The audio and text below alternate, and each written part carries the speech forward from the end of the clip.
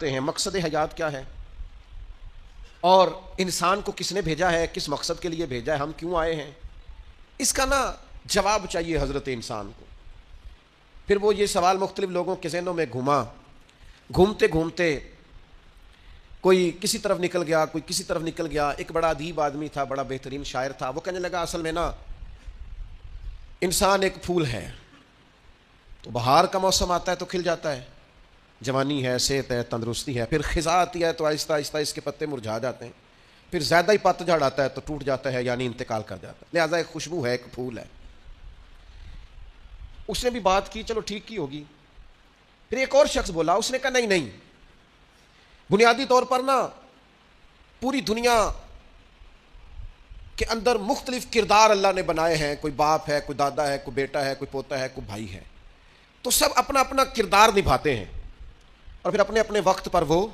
رخصت ہو جاتے ہیں، کیونکہ اب کردار بدلنے کی باری آ گئی۔ اب وہ جو باپ تھا اس نے دادا بننا ہے اور وہ جو پوتا تھا اس نے باپ بننا ہے، لہذا وقت بدلتا ہے تو یہ کردار بھی بدل جاتے ہیں۔ لوگ اپنے اپنے حساب سے کوششیں کرتے رہے، یہاں تک کہ بعض نے یہ بھی کہہ دیا کہ انسان پہلے حیوان تھا۔ یہ ترقی کرتے کرتے کسی نے کچھ کہا، کسی نے کچھ کہا، لیکن یاد رکھنا یہ راز اگر کھولا ہے نا کسی نے تو اسی نے کھولا ہے جس نے انسان بنایا ہے، یہ اسی نے کھولا ہے۔ جو فلسفیوں سے کھل نہ سکا اور نکتہ وروں سے حل نہ ہوا، وہ راز ایک کملی والے نے بتلا دیا چند اشاروں میں۔ نبی کریم صلی اللہ تعالی علیہ وسلم نے وحی کے ذریعے فرمایا، وحی کے ذریعے فرمایا۔ ادھر ادھر سے کیوں پوچھتے ہو، مجھ سے پوچھو نا، میں تمہیں اللہ کا قرآن پڑھ پڑھ کے بتاتا ہوں کہ تمہیں بنایا کس نے، میں تمہیں بتاتا ہوں تمہیں بنانے والا کون ہے۔ وہ کون ہے جس نے تجھے بنایا ہے؟ هو الذی یصورکم فی الارحام، تو ماں کے پیٹ میں تھا، ایک نطفہ تھا، ایک کریم مالک نے چاہا، پھر اس نے ماں کے پیٹ میں تیری صورت بنائی، یہ تیرے نقش و نگار بنائے، اس نے تیرے چہرے کو تخلیق کیا، پھر تیرے چہرے پر اس نے آنکھیں رکھیں، پھر ناک رکھا، پھر ہونٹ رکھے، پھر تجھے بنا کے نہ تو خود ہی فرماتا ہے لَقَدْ خَلَقْنَا الْإِنسَانَ فِي أَحْسَنِ تَقْوِيمٍ، خود بنا کے نہ خود فرماتا ہے کہ تحقیق میں نے انسان کو بڑی ہی خوبصورت ساخت پر پیدا فرمایا۔ ایک منٹ کے لیے ذرا سوچ کے دیکھنا کہ یہ ناک اگر یہاں ہوتا تو کتنا برا لگتا، یہ ہونٹ اگر تھوڑے سے بھی نیچے ہو جائیں تو کتنے، بعض لوگوں کے نا ذرا سے دانت تھوڑے سے کبھی اوپر ہو جائے نا کسی بیماری کی وجہ سے بھی تو لوگوں کو اچھے لگتے۔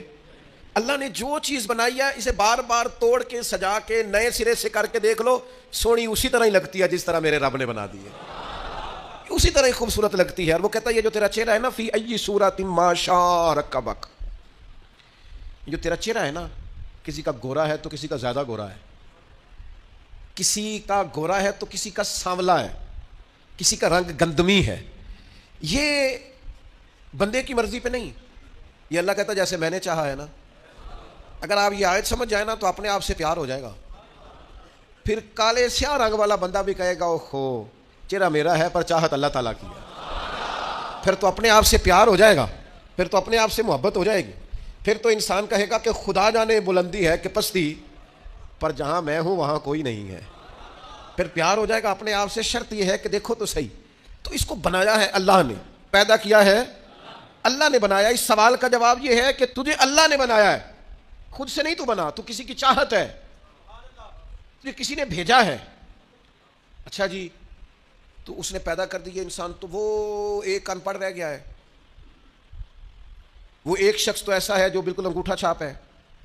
وہ ایک شخص ایسا ہے جو زندگی میں نانے جویں تک کا محتاج رہا، کوئی خاص مال و دولت نہیں، کچھ بھی نہیں۔ کچھ بڑے مشہور تھے، بڑے معروف تھے، بڑی دنیا جانتی تھی، اور کچھ ایسے ہیں جن کو کوئی بھی نہیں جانتا، ساری زندگی انہوں نے گمنامی میں گزار دی۔ تو مالک یہ جو ان پڑھ رہ گئے، غریب رہ گئے، کمزور رہ گئے، گمنام رہ گئے، یہ جو پیچھے رہ گئے، یہ جو بظاہر سمجھتے تھے ہم کچھ بھی نہیں، ان کا مقصد حیات کیا ہے؟ اللہ کریم نے فرمایا افحسبتم انما خلقناکم عبثا وانکم الینا لا ترجعون۔ یہ آیت کے ذرا ترجمے کا انداز دیکھیے گا، یہ تیور دیکھیے قرآن مجید کی آیت کے، افحسبتم انما خلقناکم عبثا، یہ تیور دیکھنا۔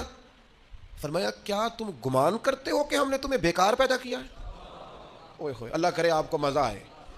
وہ لطف دیکھو قرآن مجید کا انداز تکلم دیکھو ذرا، کیا تم گمان کرتے ہو ہم نے تمہیں بیکار بنایا ہے؟ انکم الینا لا ترجعون، اور کیا تم سمجھتے ہو تمہیں لوٹ کر ہماری طرف آنا نہیں؟ یہ خطاب جس سے بھی ہے، صوفیاء کہتے ہیں مچل جانے والی آیت ہے، مچل جانے والی آیت ہے۔ یہ جو وہ کہتا ہے نا تو نے پلٹ کے میری طرف آنا ہے، تو آئے گا۔